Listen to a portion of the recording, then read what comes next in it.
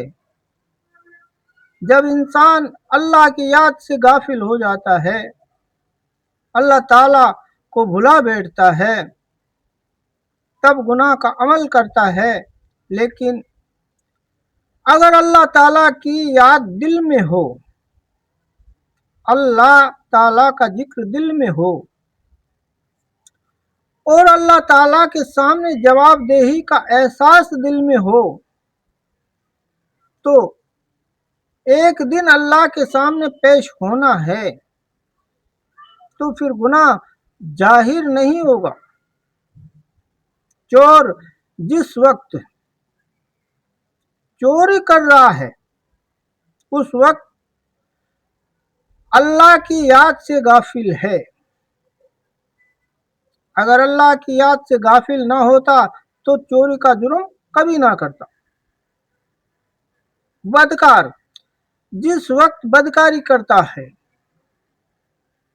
اس وقت وہ اللہ کی یاد سے غافل ہوتا ہے۔ اگر اللہ کی یاد سے غافل نہ ہوتا تو بدکاری کا عمل نہیں کرتا۔ اسی بات کو حضور اکرم صلی اللہ علیہ وسلم نے فرمایا، جب زنا کرنے والا زنا کرتا ہے اس وقت وہ مومن نہیں ہوتا ہے۔ مومن نہ ہونے کے معنی یہ ہے کہ ایمان اس وقت پوری طرح سے حاضر نہیں ہوتا، اللہ تعالیٰ کی یاد اور اس کا ذکر پوری طرح دھیان میں نہیں ہوتا۔ جب چوری کرتا ہے تو اس وقت وہ مومن نہیں ہوتا ہے، یعنی اس وقت بھی اس کے دل میں، اس کے ذہن میں اللہ کا دھیان نہیں ہوتا ہے، تو وہ گناہ کرتا ہے۔ اور وہ گناہ کرنے کے بعد جب ایمان واپس اس کے اوپر مسلط ہو جاتا ہے، اس کے دل میں، دماغ میں جگہ بنا لیتا ہے، تو وہ پچھتاتا ہے۔ اس لیے ساری برائیاں، سارے مظالم، ساری بد اخلاقیاں جو دنیا کے اندر پائی جاتی ہے، ان کا بنیادی سبب اللہ کے ذکر سے غفلت ہے۔ اللہ تعالیٰ مجھے اور آپ کو کہنے سننے سے زیادہ عمل کی توفیق عطا فرمائے، اور جو بات آپ نے سنی اسے اپنے بھائیوں تک، بہنوں تک اور بزرگوں تک ضرور پہنچائیں۔ انشاءاللہ اللہ اس کا بہت بڑا بدلہ آپ کو عطا فرمائے، آمین۔